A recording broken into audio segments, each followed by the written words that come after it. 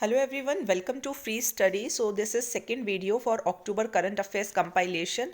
आज हम करेंगे पेज नंबर 16 to 28. ये इनसाइट्स आईएएस पीडीएफ के करंट अफेयर्स नोट्स हैं and these are much easier as compare to PDF एंड ये आपको तभी पता चलेगा जब आप कंपैरिजन करके देखेंगे.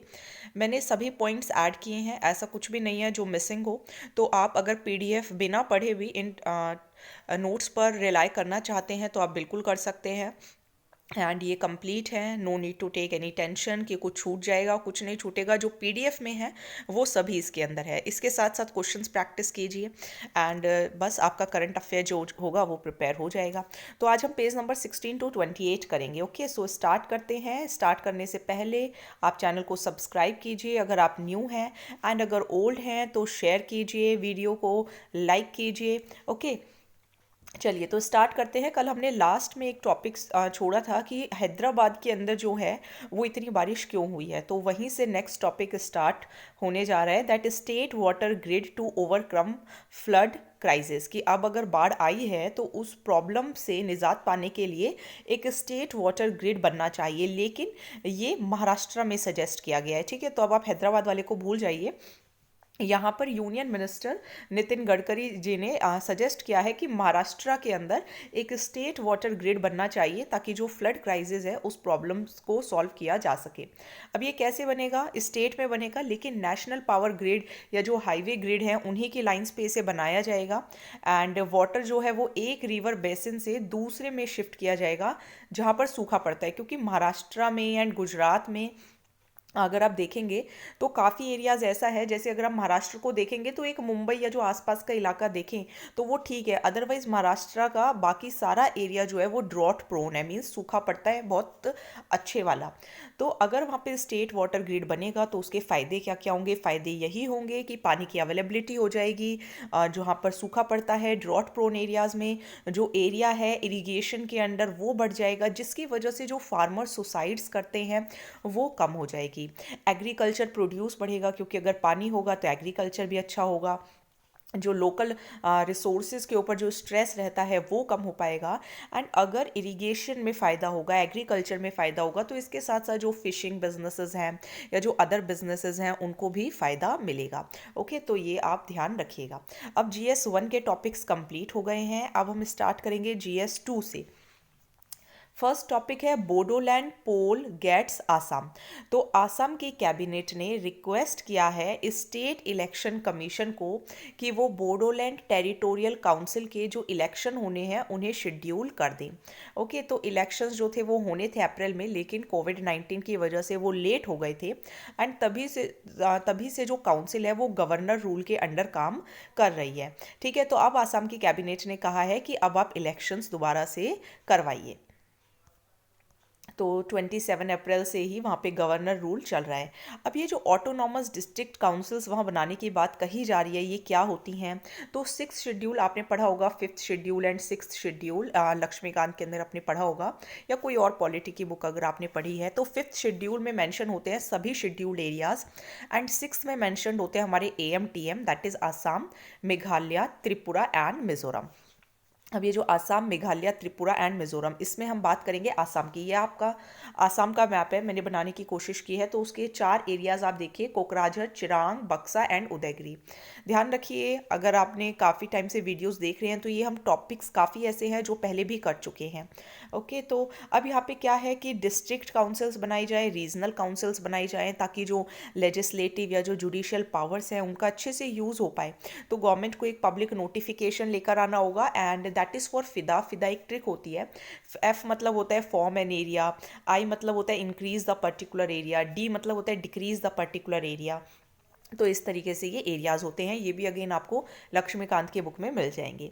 देन देखिए डिस्ट्रिक्ट काउंसिल्स क्या होती हैं. डिस्ट्रिक्ट काउंसिल्स के अंदर 30 मेंबर से ज़्यादा मेंबर्स नहीं होने चाहिए, जिनमें से 4 मेंबर्स, सिर्फ मैक्सिमम 4 मेंबर्स को नॉमिनेट करेंगे गवर्नर, एंड बाकी जो 26 हैं वो मींस इलेक्ट होकर आएंगे on the basis of adult suffrage. Means adult suffrage का मतलब क्या होता है कि वोटिंग होगी उसके बेसिस पे. ठीक है. देन स्टेट रीजनल काउंसिल भी बनेंगी हर ऑटोनॉमस रीजन के लिए.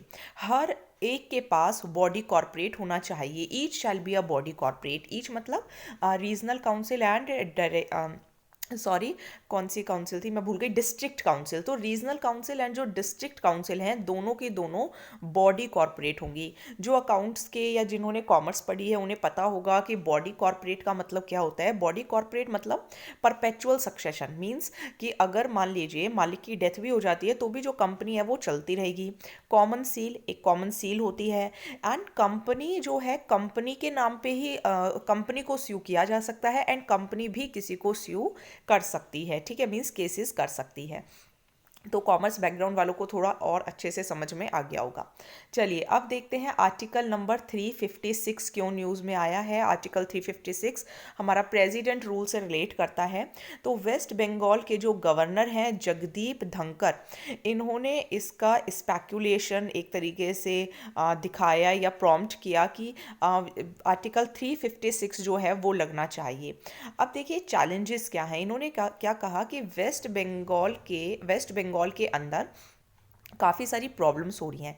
पॉलिटिकल किलिंग्स हो रही हैं, टारगेटेड जानबूझ के कुछ लोगों को मारा जा रहा है, पब्लिक एंड एडमिनिस्ट्रेशन ख़राब चल रहा है, वायलेंस हो रहा है एंड जो आईएएस आईपीएस है वो भी पॉलिटिसाइज्ड हो चुके हैं। पॉलिटिसाइज्ड हो चुके हैं पूरे तरीके से, फुल टाइम पॉलिटिकल वर्कर्स की तरह काम कर रहे हैं IAS IPS. Political foot soldiers बन चुके हैं, अपने रोल्स जो हैं वो भूल चुके हैं। तो ऐसा वेस्ट बंगाल के गवर्नर जगदीप धनखड़ ने कहा। ठीक है, अब देखिए प्रेसिडेंट रूल क्या होता है। आर्टिकल 356 के अंदर मेंशन है जो प्रेसिडेंट होते हैं उनके पास पावर होती है कि वो स्टेट गवर्नमेंट को, एसजी मीन्स स्टेट गवर्नमेंट, जिसको भी देखिए ये पीडीएफ चाहिए या जिसके पास भी पीडीएफ होगा, अगर कोई डाउट होता है तो आप पूछ लिया कीजिए। SG means state government. ठीक है, तो जहाँ भी मैं एसजी या सीजी लिखती हूँ तो SG means state government, CG means central government. तो प्रेसिडेंट के पास पावर होती है कि वो स्टेट गवर्नमेंट को सस्पेंड कर सकते हैं एंड अगर गवर्नमेंट कॉन्स्टिट्यूशन, संविधान के प्रोविजंस के अकॉर्डिंग नहीं चल रही है तो वहाँ पे प्रेसिडेंट रूल लगाया जाए। प्रेसिडेंट रूल को स्टेट इमरजेंसी भी कहा जाता है और कॉन्स्टिट्यूशनल इमरजेंसी भी कहा जाता है। अब अगर मान लीजिए प्रेसिडेंट रूल लग जाता है तो क्या होगा। अगर प्रेसिडेंट रूल लगता है तो कोई काउंसिल ऑफ मिनिस्टर्स नहीं होंगे, स्टेट पूरी तरीके से सेंट्रल गवर्नमेंट के कंट्रोल में आ जाएगा। CG means central government. अब जो गवर्नर होंगे वो कंटिन्यू करेंगे, गवर्नर वहाँ पर रहेंगे, वही देखेंगे कि किस तरीके से आगे काम करना है एंड प्रेसिडेंट ऑफ इंडिया को वो रिप्रेजेंट करेंगे। अब अगर मान लीजिए कहीं पर प्रेसिडेंट रूल लगता है तो पार्लियामेंट अप्रूवल एंड ड्यूरेशन क्या होगी। तो अगर कहीं पर प्रेसिडेंट रूल लगता है तो उसे दोनों हाउसेज ऑफ पार्लियामेंट से, यानी कि लोकसभा एंड राज्यसभा से 2 महीने के अंदर अंदर अप्रूव कराना होता है। एंड अप्रूव कराने के लिए सिंपल मेजॉरिटी चाहिए किसी भी हाउस के अंदर, in either house. And simple majority का मतलब होता है कि जितने भी मेंबर्स वहाँ पे प्रेजेंट हैं एंड वोट कर रहे हैं उनकी मेजॉरिटी होनी चाहिए। नाउ अगर मान लीजिए प्रेसिडेंट रूल लग जाता है तो 6 महीने तक तो वैलिड रहेगा, लेकिन उसके बाद हर 6 महीने पार्लियामेंट के अप्रूवल से उसको बढ़ाया जा सकता है मैक्सिमम 3 साल तक। ठीक है, नहीं समझ में आया हो या कोई फर्स्ट टाइम सुन रहा है या किसी ने अभी नई नई प्रिपरेशन करनी स्टार्ट किया है तो वो एक बार दोबारा सुने, समझ में आ जाएगा।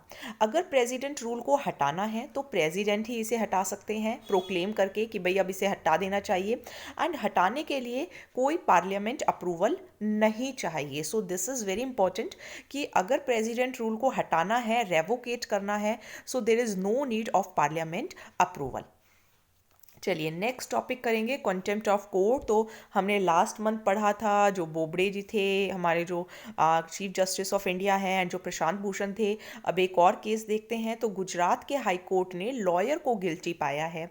गुजरात हाई कोर्ट ने कहा कि ये जो लॉयर हैं इनको कंटेम्प्ट ऑफ कोर्ट का चार्ज इन पर लगाना चाहिए। तो कंटेम्प्ट का मतलब क्या होता है। कंटेम्प्ट का मतलब होता है कि अगर कोर्ट आपको कोई ऑर्डर देता है, आप उसको रिस्पेक्ट नहीं करते हैं या जस्टिस के एडमिनिस्ट्रेशन में इंटरफेयर करते हैं या उसको कम करने की कोशिश करते हैं, दैट इज कंटेम्प्ट। अब 2 तरीके से आप कंटेम्प्ट कर सकते हैं, एक होता है सिविल और एक होता है क्रिमिनल। सिविल मीन्स जब आप जानबूझ के डिसऑबे करें, ब्रीच करें, आपको कुछ कहा जाता है लेकिन आप करते नहीं हैं।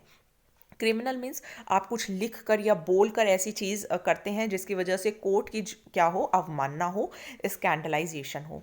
नाउ ये आर्टिकल्स ध्यान रखिएगा, आर्टिकल नंबर 129 एंड 215। 129 जो है वो सुप्रीम कोर्ट को पावर्स है कंटेम्प्ट ऑफ कोर्ट से रिलेटेड, एंड 215 में हाई कोर्ट के पास पावर है। Contempt of court act of 1971 का सेक्शन नंबर 10 ये कहता है कि हाई कोर्ट के पास ये भी पावर है कि वो अपने सबॉर्डिनेट कोर्ट्स को भी पनिश कर सकते हैं अगर वो उसकी अवमानना करते हैं तो। नाउ अगेन देखिए, ऐसे तो कोर्ट जो है वो कुछ भी नहीं बोलने देगा, तो एक तरीके से कुछ भी बोल सकते हो आप, लेकिन ऐसा नहीं बोल सकते कि अब देखिए अगेन ये डिस्क्राइब कहीं पर भी नहीं है कि क्या रेस्ट्रिक्शन होनी चाहिए, लेकिन कंटेम्प्ट ऑफ कोर्ट को यही माना जाता है कि आप कुछ भी ऐसा गलत ना बोलें, आपकी स्पीच एंड एक्सप्रेशन पर ये एक रेस्ट्रिक्शन की काम करता है अंडर आर्टिकल 19।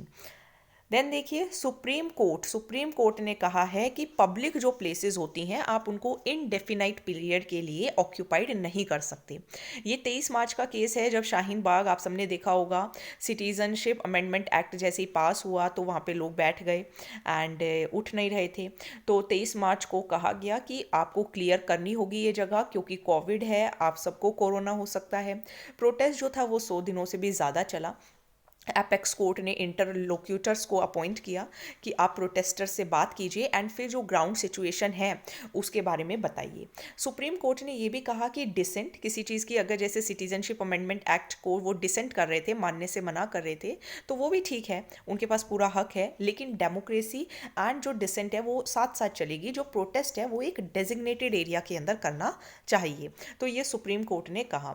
नाउ क्या ये फंडामेंटल राइट्स पर रेस्ट्रिक्शन है? तो फंडामेंटल राइट्स जो होती हैं वो आइसोलेशन में काम नहीं करती, उनकी फंडामेंटल राइट्स तो हैं, लेकिन जो उनकी वजह से अगर कोई और डिस्टर्ब हो रहा है तो उसकी भी फंडामेंटल राइट्स जो होंगी वो छिन जाएंगी, तो ये आइसोलेशन में काम नहीं कर सकती हैं। कुछ रीजनेबल रेस्ट्रिक्शंस फंडामेंटल राइट्स पर लगानी पड़ती हैं ताकि sovereignty, integrity and public orders को जो इम्पोज किया जा सके।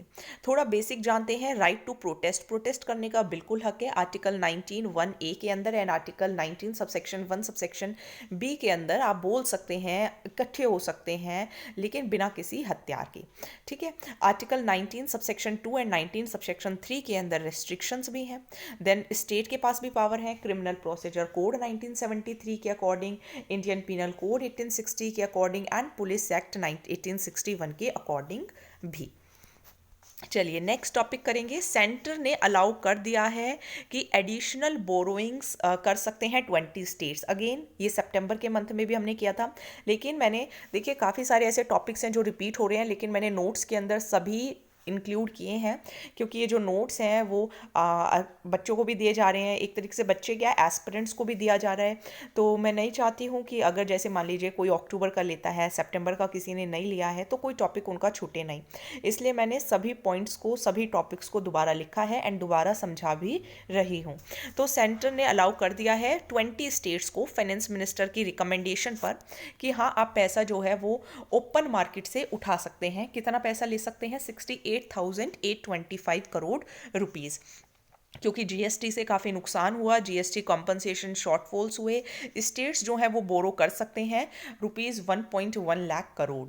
ये आर्टिकल 293 सबसेक्शन 3 में लिखा हुआ है कि अगर स्टेट जो हैं उन्होंने पहले से ही कोई लोन लिया हुआ हो सेंटर से, तो उन्हें सेंटर से कंसेंट लेना पड़ेगा।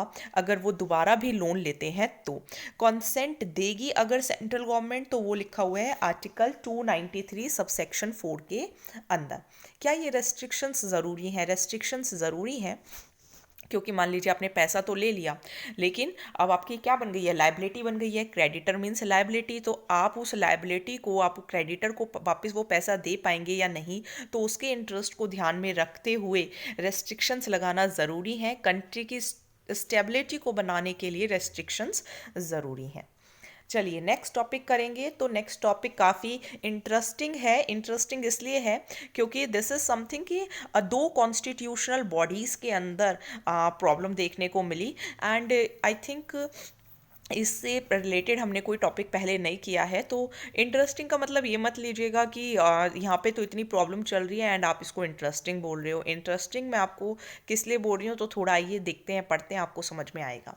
तो सुप्रीम कोर्ट के जज justice NV Ramana and Andhra Pradesh के CM YS जगन मोहन रेड्डी, तो ये क्या प्रॉब्लम सामने आई है देखते हैं।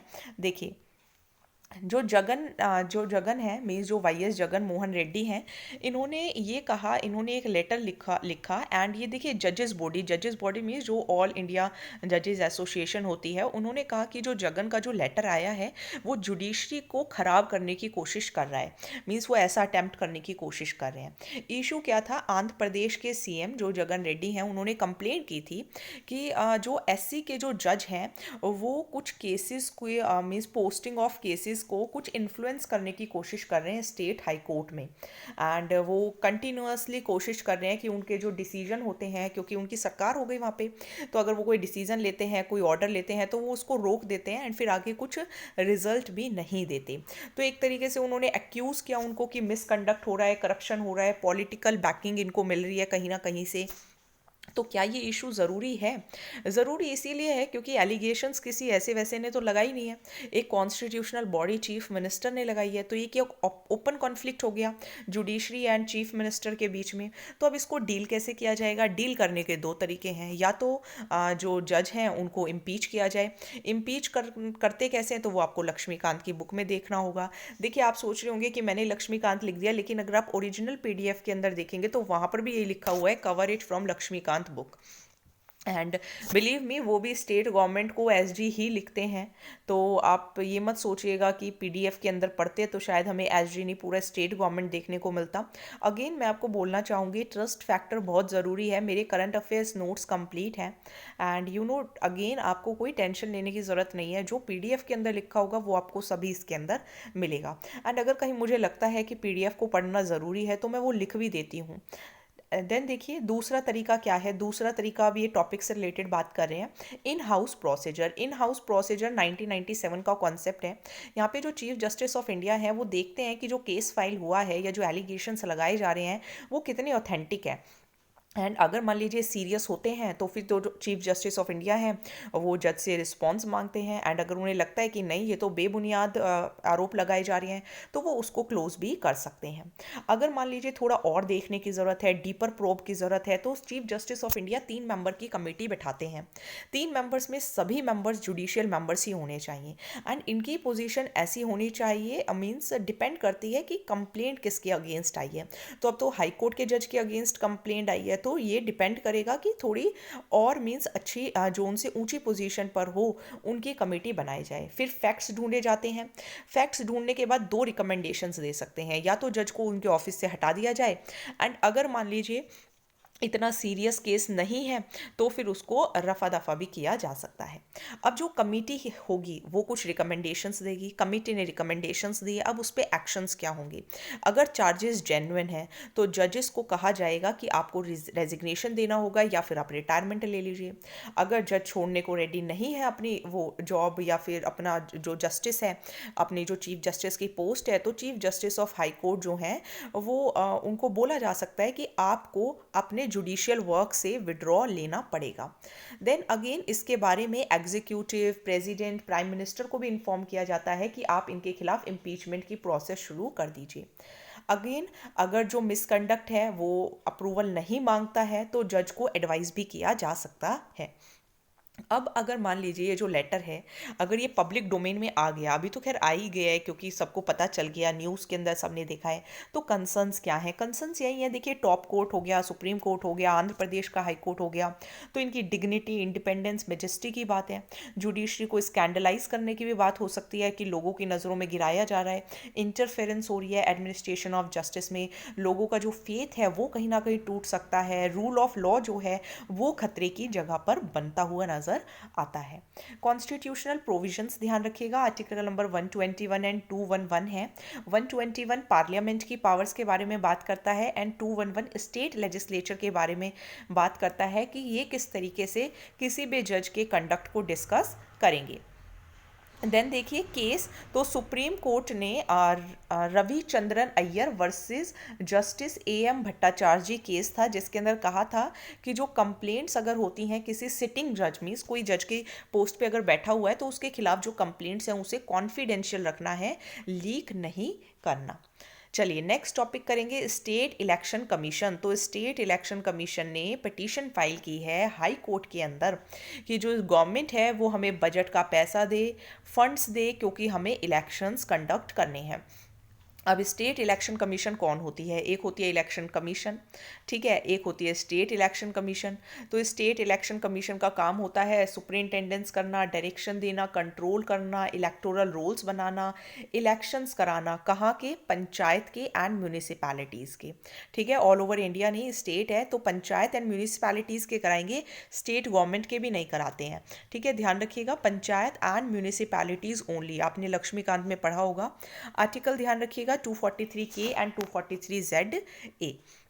जो स्टेट इलेक्शन कमीशन है उन्हें अपॉइंट करते हैं गवर्नर, एंड 243C3 सेक्शन के अकॉर्डिंग गवर्नर जो हैं अगर उन्हें रिक्वेस्ट करती है स्टेट इलेक्शन कमीशन तो उन्हें स्टाफ भी देना होता है ताकि इलेक्शंस अच्छे से कराए जा सकें। 243 के ये कहता है कि स्टेट इलेक्शन कमीशन सेटअप करने होंगे, एंड आर्टिकल 324 इलेक्शन कमीशंस के बारे में बात करता है। इलेक्शन कमीशन इंडिया लेवल पे होते हैं। अब ये केस ध्यान रखिएगा, Krishna Singh Tomar versus municipal corporation of the city of Ahmedabad case, जिसमें कहा गया था कि स्टेट गवर्नमेंट जो होंगे वो अबाइड होंगे, उन्हें मानना पड़ेगा अगर स्टेट इलेक्शन कमीशन कोई ऑर्डर देता है for panchayat and municipal elections. Article 243O ध्यान रखिएगा, ये स्टेट इलेक्शन कमीशन के बारे में बात करता है कि इंटरफेरेंस नहीं करनी पोल मैटर्स में। आर्टिकल 329 में भी थोड़ा कम दिख रहा हो आपको, this is article number 329, election commission के बारे में बात करता है, तो दोनों के पास बराबर पावर्स हैं। चलिए नेक्स्ट टॉपिक करेंगे, what constitutes a breach of legislature privilege. पिछले महीने भी हमने पढ़ा था breach of privilege Arnab Goswami and Kangana Ranaut पर लगाया था महाराष्ट्र सरकार ने। अब यहाँ पर फेसबुक इंडिया वीपी एंड जो एमपी हैं अजीत मोहन एंड इन पर लगाया गया है, दिल्ली असेंबली ने लगाया है फेसबुक पर, फेसबुक के एमपी एंड वीपी पर अजीत मोहन पर। लेकिन मोहन ने कहा कि उन्हें कोई समन नहीं भेजा गया ब्रीच ऑफ प्रिविलेज का, बल्कि उन्हें समन किया पीस एंड हार्मनी कमेटी ने कि कुछ विटनेस उनको देना होगा, नॉर्थ ईस्ट दिल्ली के अंदर दंगे हुए थे तो वहाँ के लिए। दो आर्टिकल्स ध्यान रखिएगा, article number 104 and 194। Article 104 breach of privilege की बात करता है in parliament, and article 194 breach of privilege की बात प्रिविलेजेस की बात करता है ऑफ स्टेट लेजिस्लेचर। क्या बात करते हैं? ये बोलते हैं कि जो मेंबर्स होते हैं हाउसेस के अंदर, पार्लियामेंट के अंदर, स्टेट लेजिस्लेचर के अंदर, या जो कमिटीज़ होती हैं, इनके पास कुछ पावर्स हैं, कुछ प्रिविलेजेस हैं, कुछ इम्यूनिटीज़ हैं। और फिर ब्रीच ऑफ प्रिविलेज का मतलब क्या होता है? फिर ब्रीच ऑफ प्रिविलेज का मतलब ये है कि अगर ये अपना कोई काम कर रहे हैं एंड आप उस काम में बाधा डालते हैं, ऑब्स्ट्रक्शन क्रिएट करते हैं, तो आप ब्रीच ऑफ प्रिविलेज कर रहे हैं। या आप कुछ ऐसा बोलते हैं, कुछ ऐसा छापते हैं, या कुछ ऐसा पब्लिश करते हैं जो सरकार को या मेंबर को या कमिटी को उनको बेइज्जती करे, एक तरीके से उनको ऑब्स्ट्रक्ट करे, तो that is called breach of privilege. Again इसका देखिए काफ़ी वाइड स्कोप है। देन प्रोसीजर क्या फॉलो करना होता है? तो लोकसभा के जो स्पीकर या जो legislative council, this is not Lok Sabha speaker, legislative assembly के जो स्पीकर होते हैं, क्योंकि यहाँ पे स्टेट लेजिस्लेचर की बात चल रही है, ठीक है, यहाँ पे स्टेट के अंदर हुआ है। तो लेजिस्लेटिव असेंबली के जो स्पीकर होते हैं, और या जो अगर मान लीजिए उस स्टेट के अंदर लेजिस्लेटिव काउंसिल है, तो वहाँ के जो चेयरमैन होंगे वो एक प्रिविलेजेस कमेटी के पास जाएंगे, प्रिविलेज कमेटी को बोलेंगे, एंड जो स्पीकर और जो चेयरमैन होते हैं वही डिसाइड करते हैं कि ये मोशन को एक्सेप्ट करना चाहिए या नहीं। फिर प्रिविलेज कमेटी को फॉरवर्ड कर देंगे, एंड अगेन उनके पास क्वासी जुडिशियल पावर्स होते हैं। वो देखते हैं कि ब्रीच ऑफ प्रिविलेज हुआ है तो उसको रिकमेंडेशन कर सकते हैं, एंड आगे जो है वो और भी उसको आगे लेकर जा सकते हैं, एंड थोड़ा बहुत इंक्वायरी भी वो बैठा सकते हैं, ठीक है। चलिए देन देखते हैं diminishing role of parliament. Again देखिए ब्रीच ऑफ प्रिविलेज का टॉपिक हमने सितंबर के करंट अफेयर्स कंपाइलेशन के अंदर भी किया था। तो अगर आप नेक्स्ट ईयर के लिए प्रिपेयर कर रहे हैं, अगर आप मेंस के लिए भी प्रिपेयर कर रहे हैं, एंड अगर आप प्रीलिम्स के लिए भी प्रिपेयर कर रहे हैं, तो भी सितंबर में अगेन मेंस का एग्ज़ाम होगा। तो आप सितंबर का ज़रूर करंट अफेयर कंपाइलेशन देखें। आप जनवरी 2020 से कंपाइलेशंस देख सकते हैं if you are preparing for the next year prelims, okay. चलिए, now diminishing role of parliament. अब ये कुछ एक्शंस हुए हैं जिनकी वजह से ऐसा न्यूज़ में आया है। प्राइम मिनिस्टर मोदी ने 3.6 टाइम्स बोला एंड 22 टाइम्स ज़्यादा बोला इन 6 ईयर। तो ये कहा जा रहा है कि ये मोदी का जो कम्युनिकेशन का जो पॉपुलिस्ट स्टाइल है उसको दर्शाता है। रेडियो के टाइम रेडियो की तरह बोला इन्होंने, जैसे इंदिरा गांधी बोलती थी 1970 में। सोशल मीडिया इन्होंने यूज़ किया जैसे यूएस प्रेसिडेंट यूज़ करते थे, डोनाल्ड ट्रंप। लेकिन मेन कंसर्न ये है कि एक वन वे मैसेजिंग है। इन्होंने तो अपनी बात बोल दी लेकिन दूसरों की कितनी सुनी, तो मेन कंसर्न ये है। ऑर्डिनेंस रूट फॉलो किया मोदी गवर्नमेंट ने। बीजेपी मेजॉरिटी में थी, तो अगर वहाँ पे वोटिंग भी होती तो भी डरने वाली कोई बात नहीं है। इनका जो लॉज हैं वो इजीली पास हो सकते थे। लेकिन अगेन काफ़ी सारे ऑर्डिनेंसेस इन्होंने इशू किए। मनमोहन सिंह की जब सरकार थी तो 6 ऑर्डिनेंसेस इशू हुए थे एक साल में, एंड मोदी गवर्नमेंट के टाइम पे 11 हो गए। ठीक है, तो इसलिए थोड़ा डिमिनिशिंग रोल ऑफ पार्लियामेंट की बात सामने आई है कि पार्लियामेंट का रोल कम हो रहा है। पार्लियामेंट कमिटीज़ का अगर हम रोल देखें तो वो भी कम हुआ है। पहले 68 जो थे वो थे पर ईयर।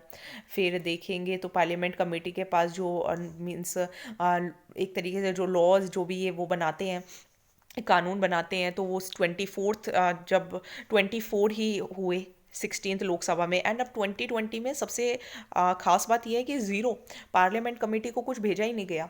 तो इवन कुछ मनी बिल तो ऐसे ही पास कर दिए गए जबकि वो मनी बिल की कैटेगरी में भी नहीं फॉल करते थे। कम डिस्कशंस हुई, एमपी को जो है वो लास्ट मिनट पे दिए गए कि अब बस आपको वोट करना है। जो पार्लियामेंट है वो ज़रूरी होती है क्योंकि पार्लियामेंट के अंदर अपोजिशन भी होती है। पार्लियामेंट क्रिटिसाइज कर सकती है कोई बिल अगर लोगों के खिलाफ है, कंसेस में मेकिंग में ध्यान देती है, डेलिब्रेशन में ध्यान देती है, एक रिप्रेजेंटेटिव डेमोक्रेसी को ध्यान देती है, एंड ओपोनेंट्स एडवर्सरीज इन सबको ध्यान देती है। हम सिर्फ उनको एनिमीज नहीं मान सकते। तो मान लीजिए जैसे अभी सरकार बहुमत में है तो वो अपने अकॉर्डिंग जो चाहे वो करती है। तो ये हो सकता है, अगर मान लीजिए देखिए अभी हम बीजेपी के फेवर में है, अगर मान लीजिए अगली बार कांग्रेस आती है एंड कांग्रेस ऐसे काम करेगी तो हमें तब गुस्सा आएगा कि नहीं आएगा। तो इसी तरीके से हमें ये नहीं देखना चाहिए कि अभी सरकार क्या है, हमें ये देखना चाहिए कि जो हो रहा है क्या वो सही है। चलिए नेक्स्ट टॉपिक करते हैं। Parliament panel mulls action against Amazon. तो अब ये भी काफ़ी इंटरेस्टिंग है। Joint committee of parliament, joint committee of parliament क्या होती है, नेक्स्ट टॉपिक वही है। इन्होंने डाटा प्रोटेक्शन बिल को एग्जामिन किया। क्या पाया इन्होंने, अमेजन, ट्विटर, फेसबुक, गूगल और पेटीएम, इन पर इनसे व्यूज़ मांगे गए कि आप लोग डाटा सिक्योरिटी के लिए क्या कर रहे हो। जो प्राइवेसी है यूज़र्स की उसे कॉम्प्रोमाइज़ कर रहे हो फॉर कमर्शियल इंटरेस्ट।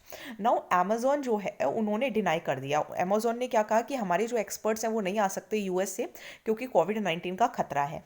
अब अगर इन्होंने मना कर दिया एंड अगर मान लीजिए पार्लियामेंट ने इनको कहा है कोई चीज़, अगर इनको कही गई है, जॉइंट कमेटी ऑफ पार्लियामेंट ने कही है एंड अमेजोन उसको नहीं मान रहा है, तो इसका मतलब तो ये ब्रीच ऑफ प्रिविलेज हो गया, ब्रीच ऑफ पार्लियामेंट प्रिविलेज हो गया। तो उसके रिफ्यूज़ल को ब्रीच ऑफ पार्लियामेंट प्रिविलेज माना गया। ब्रीच ऑफ प्रिविलेज क्या होता है, अगेन हमने वो अभी पढ़ा। ठीक है, तो ये आपका सिविल के अंदर आएगा। नाउ रेस्ड क्वेश्चंस क्या हैं, रेस्ड क्वेश्चंस ये हैं, आपने देखिए कभी देखा होगा यूट्यूब के अंदर, अगर मान लीजिए आप पर्टिकुलर कोई वीडियो देखते हैं, मान लीजिए आपने किसी का व्लॉग देखा, तो उसके बाद क्या होता है आपके पास है ना उसी तरीके के रिकमेंडेशंस आने लग जाते हैं। तो इन्होंने हमारा जो डाटा है वो एक तरीके से कैप्चर कर लिया। हमारी जो मीन्स हमारा जो डाटा था कि हमें इस चीज़ की हमें हमें ये चीज़ देखना पसंद है, तो ये इसको शेयर कर देते हैं with third parties and all. तो इनसे यही क्वेश्चंस पूछे गए कि जब आप ये लोग डाटा यूज़ करते हैं, थर्ड पार्टीज़ के साथ शेयर करते हैं, तो क्या आप यूज़र का कंसेंट लेते हैं, एंड आपका क्या रिवेन्यू मॉडल है, किस तरीके से आप टैक्स पे करते हैं, आपका टारगेट कैसे करते हो आप ऑडियंस को टारगेट। तो इनसे ये सब क्वेश्चंस पूछे गए।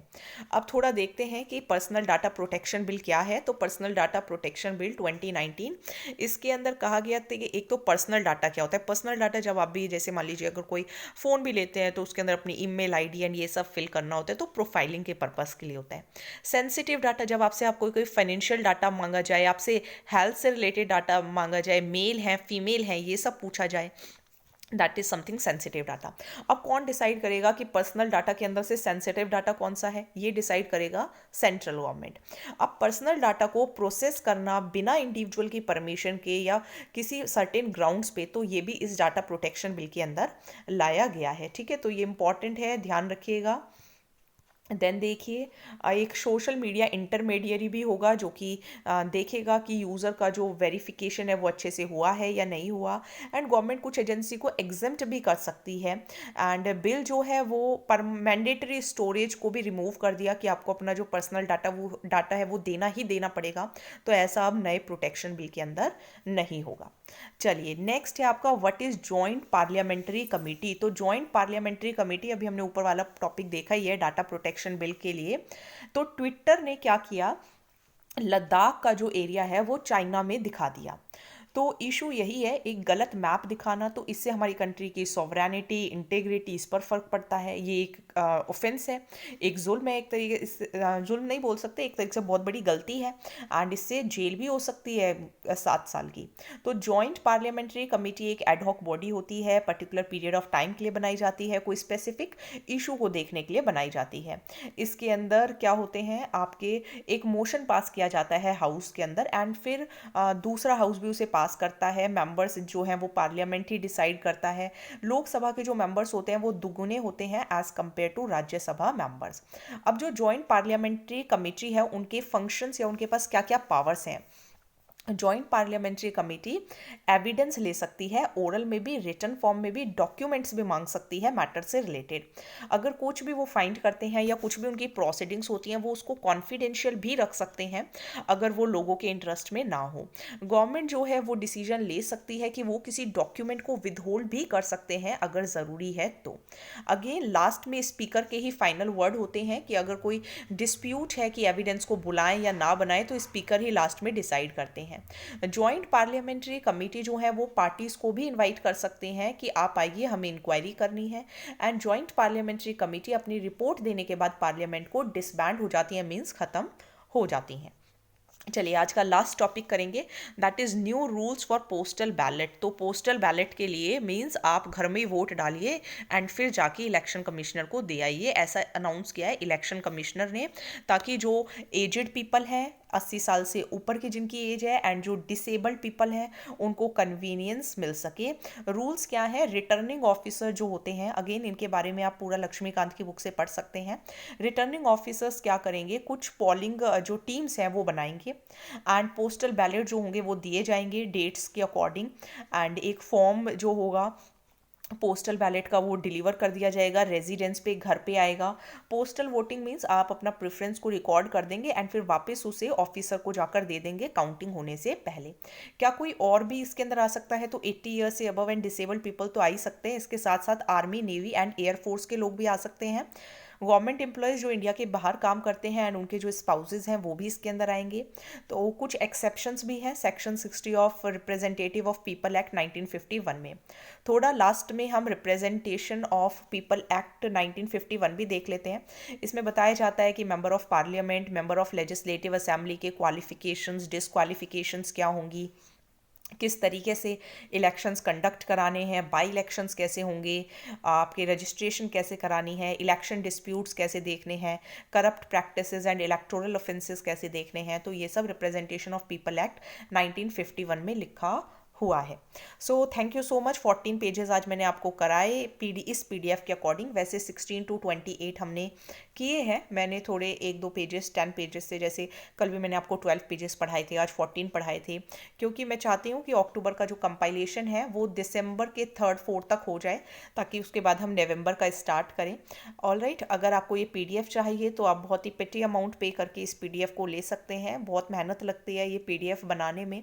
सो अगर आपको चाहिए तो आप ले सकते हैं and these are very useful. And अगर आप इन PDF को खुद बना सकते हैं तो बिल्कुल बनाइए, बिकॉज इससे आपकी आंसर राइटिंग भी प्रैक्टिस होगी।